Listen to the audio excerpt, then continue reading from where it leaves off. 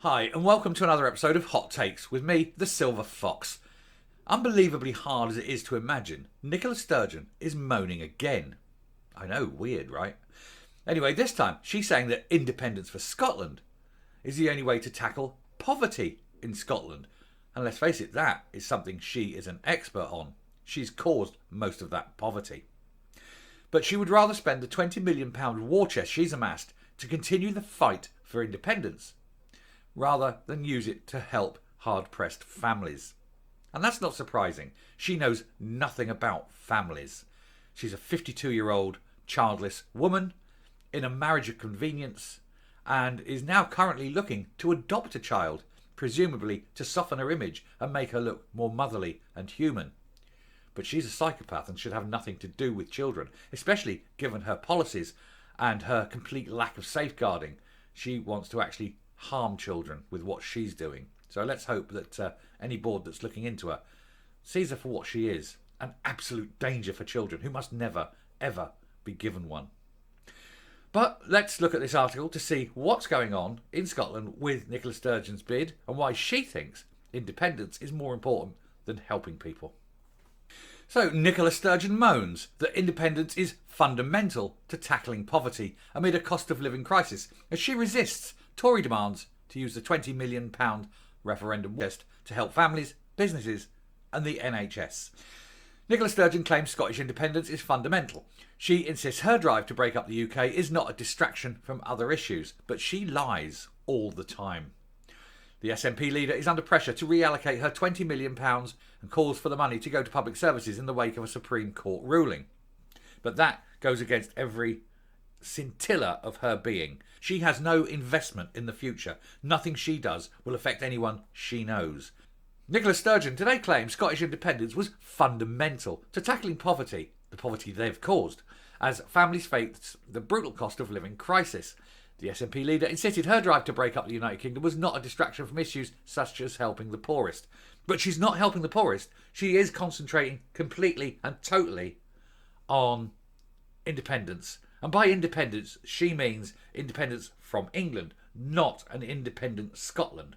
Because the very, very first thing she wants to do when leaving the United Kingdom, where they have a very powerful voice, is to join the EU, where they will have virtually no voice whatsoever. She doesn't care about Scottish independence. She only cares about getting away from England. She instead declared there needed to be a reshaping of the economy to tackle the root causes of poverty. The SNP are the root causes of poverty. Ms Sturgeon bemoaned a lack of tax and borrowing powers held by her Scottish government and claimed her ministers were frequently having to mitigate decisions taken at Westminster. That's a lie. Scotland does have tax-raising abilities. It's got its own income tax ability. It can raise money via minimum pricing for alcohol, which then gets passed on in the form of overhead, and they can charge whatever they like for council tax. There's all sorts of taxes that they have control of. What she wants is complete and utter control because she wants this independent Scotland.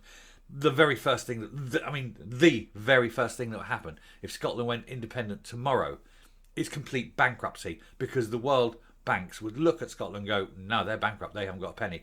Their credit rating would be toilet. They wouldn't benefit from being part of the UK's credit rating. They would have to negotiate access to all the free banking systems in the world. When I say free, I don't mean not costing. I mean free as in open, because it will certainly cost them. So, the very first thing that would happen within independent Scotland is Scotland would be immediately a third world country with zero ability to raise money on the markets. But hey, she doesn't care. She does not care.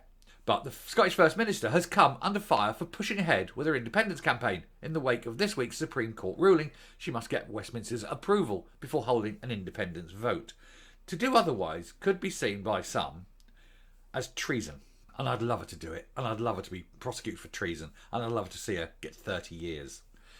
In a man's prison, ironically. That would be better, wouldn't it? Ms Sturgeon is facing a chorus of calls to reallocate the $20 million she previously earmarked for a second independence referendum to help struggling families, businesses and NHS in Scotland. But she won't do that because she doesn't care about families or businesses or the NHS in Scotland. All she cares about is Nicola Sturgeon becoming Queen of Scotland. Speaking at a Poverty Alliance conference in Glasgow, Miss Sturgeon rejected frequent claims that her focus on independence was a distraction from other issues. Well, you can deny it, love, but it's true. And it is actually, in my view, fundamental to the question of how we can better and more effectively tackle poverty, she told an audience. You want to do that easy. It's easy tackling poverty. Resign. She said we want to tackle not just the impacts of poverty, but the root causes of it as well. Resign.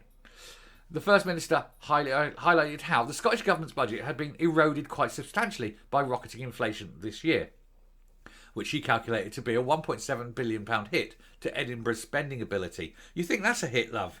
You get your independence, you remember that Cumbernauld, the biggest tax office in Britain, will be moving back to England, and with it 1,500 jobs, plus all the sort of local economy money that then generates. Also, Rosyth and the nuclear power station, the nuclear submarine base there, that would have to move as well. So you would be losing thousands of highly paid, highly technical jobs. So you think 1.7's a lot. Look at the cost of independence. Oh, and don't be thinking about the oil. You seem to think that Scotland gets the line horizontal from where it meets Berwick. No. You have to draw the line diagonally, because the international law is you follow the line of the borders. And that puts a huge, great big line up into the North Sea, and everything south of that line diagonally is English. There's quite a lot of oil field in there. And also, Shetland Islands, they might want to go independent. They've already said they will. And they get all their oil fields. So all of a sudden, Scotland's got bugger all. Good luck. Anyway, Miss Sturgeon slammed last week's autumn statement by Chancellor Jeremy Hunt as woefully inadequate for far too many people in communities across the country. Well, she'd know about inadequate help because that's all she's done for the 8 years that she's been in power, is not do enough for the remote communities in Scotland. But tell you what, she travels the world first class, telling people how great she is, getting her little Vizog in photobombing the celebrities and the great, in the hope that people think that she's their friend, and she's not. She's like that slimy little toad at school, the one that always tries to suck up to the popular kids, but nobody really likes. They all despise her. And they do all despise her, because they all know that they are people of power. They are running countries. She's a mayor at best. Anyway, continuing, the First Minister hinted that if she had more powers, she would increase income tax in Scotland. She's got that ability already, or borrow more to tackle the impact of inflation. She can't borrow more because, as I say, if she went to an independent Scotland, no bank would lend her a brass farthing. The budget we have this year is right now worth £1.7 billion less than it was when we set that budget at the start of this year. Yeah, and if you were an independent country, how bad do you think that would be? And where would you get more money from? Because you wouldn't be getting it from England. So that's the impact of inflation. We don't have any levers to try to mitigate that in this year. Although we have a limited tax varying powers, which we will consider in terms of setting our budget for next year, we're legally not allowed to use them in the middle of a financial year. That's right, so you've got to wait till April, and then you put your income tax up. And here's the thing, let's say, we need to raise 1.7 billion. Let's put this tax up, let's put this tax up, let's put the corporation tax up there. Bang, bang, bang, bang, bang. Right, so what happens to these company owners north of the border who go, do you know what? This is ridiculous. If I move my office south of the border, I'm going to save myself 10 million a year in tax. What do you think's going to happen? I'll give you two options. One, people stay north of the border and go, okay, we'll suck it up and we'll spend this 10 million on paying Nicola Sturgeon tax. Or two, I'll move my company south of the border, spend 10 million on me and order some more champagne and a new Ferrari. Anyway, she said, we don't have the option to increase income tax, for example, to increase more revenue. Yes, you do. You're lying again. Nicola Sturgeon has got the power to increase income tax in Scotland. Why is she saying she can't? She said, we can't borrow money for day-to-day spending and all of our reserves are fully allocated. No, you can't borrow money because you're not an independent country.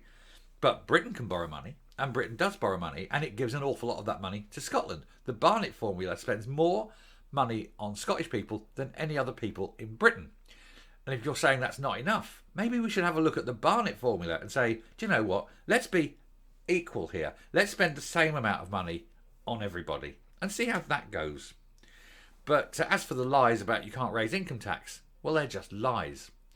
Sturgeon insisted that the Scottish Government was constrained in its ability to tackle poverty by the limitations on power of our Parliament right now. No, it's not. But she also bemoaned how she was so frequently having to mitigate the impact of UK government policies that people in Scotland don't support. They obviously do support them because they voted to remain part of the United Kingdom. The UK does not make laws just for England. And so you've got to deal with that. So any kind of policy is always national. So what's your argument here? There is no argument. You're sitting there with a straw man argument.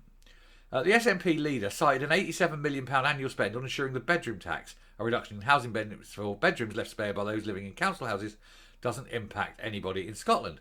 Far better to have a situation where we don't have these policies introduced in the first place, rather than have to spend money to mitigate the consequences of them. Why should we settle for simply mitigating these things? Do you think if she had the power to do it, she wouldn't have a bedroom tax? That woman would have window tax, moustache tax.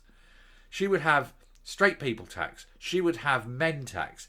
She would have every tax going because she would have to tax more than people earn in Scotland to pay Scotland's bills. And that is the sad fact of it. But while the First Minister continued her independence campaign today, she came under increased pressure to reallocate her £20 million slush fund for a second referendum to other cash-strapped budgets. Scottish Conservative leader Douglas Ross said it was utterly shameful that Nicola Sturgeon and her government ever set aside this amount of money to pursue their number one obsession of breaking up the United Kingdom. Mr Ross added, in the wake of an unequivocal ruling of the Supreme Court this week, there will be no referendum next year. So there is absolutely no justification for them failing to reallocate every penny of their referendum fund. This is millions of pounds worth of funding that could support families and businesses through the global cost of living crisis or help our NHS through a winter storm. So she loses again. That's all that woman does, is lose and lose and lose. Everything she does. That woman is the sort of the anti-Midas. Everything she touches turns to shit. Anyway, I'm just going to finish there and come up. At every junction, in every decision, in every question, everything in Nicola Sturgeon's mind is obsessed with independence. If she was walking down the road and someone said, Nicola, do you have the time on you? She'd say, yes, it's time for independence. If they said, it's a lovely day, isn't it? She'd say, yes, it's a lovely day. It'd be even better if we were independent. Someone could say, Nicola, it appears you've shet your kecks. And she'd go, yeah, that's the thought of me not having an independent Scotland. Frightens me. Everything she does is oriented towards one goal. She cannot let it alone. She's like a dog with a bone. And who's suffering for this? Well, it's the people of Scotland. She's got this huge slush fund, this war chest she calls it, to fight a referendum that she's been told she can't fight, which she cannot win, and which, even if she did win, would destroy Scotland. And that's the only thing that matters to her. Not health, not education, not social problems, nothing. Just Nicola, Queen of Scots. Sad day. Thanks for listening. If you like what you hear and see on the channel, please hit the subscribe button if you haven't already. Ring the bell for notification of future output. Leave a like, leave a comment, please share the video. And until next time, stay safe, stay well away from Nicola Sturgeon, and goodbye.